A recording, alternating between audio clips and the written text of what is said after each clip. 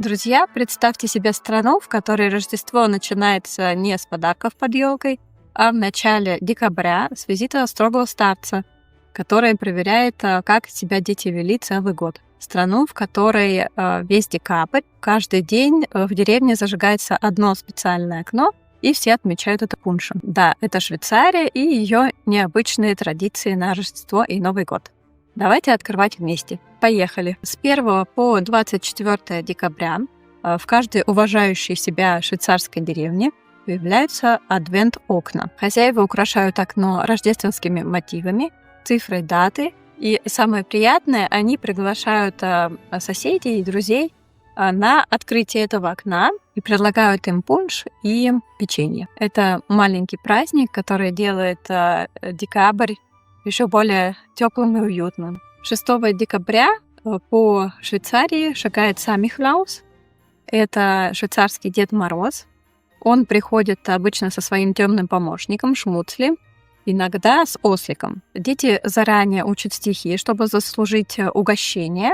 А угощение — это не подарки, а просто орехи, мандарины и печенье, сладости. Дед Мороз швейцарский спрашивает детей, как они себя весь год вели, слушает стишки и только после этого дает детям сладости. Раньше детей пугали, что если они себя будут плохо вести, то помощник Самихлауса Шмуцли утащит их в лес. Сейчас, конечно, так не пугают, и Шмуцли скорее такой добряк, который несет за Самихлаусом мешок с подарками и потом их раздает детям. Подробно о Самихлаусе я рассказала в описании и здесь. Также весь декабрь в Швейцарии, во всех уважающих себя городах и поселениях проводятся рождественские ярмарки. Это такая смесь альпийской сказки и уличного уюта. Знатоки особенно хвалят ярмарки в Цюрихе, в Берне и Базеле. Если вы были на рождественских ярмарках в Швейцарии, расскажите, какие понравились вам. В любой швейцарской семье в декабре начинается настоящий марафон выпечки. Все пекут гуэцли, это печенье. Их в Германии еще называют плецлен. Во многих домах достают специальную книгу рецептов, по которой учат готовить еще в школе. И там указаны рецепты традиционных гуэцли, рецепты, которые уже много поколений мамы и бабушки швейцарские пекут каждый декабрь. Вот эта книга «Тип-топ».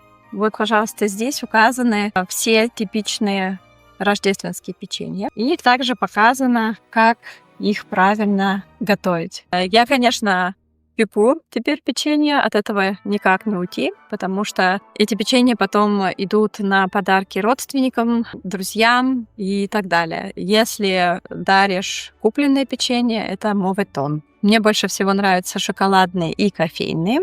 Расскажите, какие нравятся вам. На Рождество многие швейцарцы традиционно едят китайское фондю. Да, я была удивлена. Это бульон, который ставится прямо в центр стола. Внизу, огонь.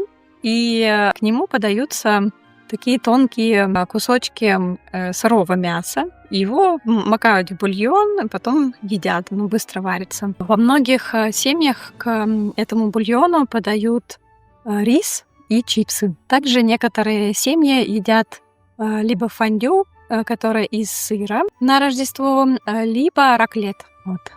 Расскажите, что едите на Рождество вы. Мы едим картофельный салат и мясо из духовки. Это больше такая южно-немецкая традиция. 24 декабря обычно рабочий день, а 25 и 26 выходные дни. Год здесь называется Сильвестр, и его обычно семьей не празднуют. Это больше для друзей, вечеринки, шампанское и в 12 салюты. У нас здесь недалеко от Сан-Галена есть гора Санкт-Антон, и с нее хорошо видны салюты из 3 стран: Швейцария, Австрия и Германия. Поэтому, если хотите что-то совершенно невероятное, то Санкт-Антон при хорошей погоде видно прямо как на ладони всю Германию. В Австрии и в Швейцарии, конечно, больше таких гор и так далее, но вот Германия, получается, до горизонта всю видно. И столько салютов. В общем, Рекомендую Санкт-Антон. Вот такое оно Рождество и Новый год в Швейцарии. Расскажите, как празднуете вы. Хороших вам праздников. Наслаждайтесь этим временем. Schöne Weihnachten und einen guten Rutsch.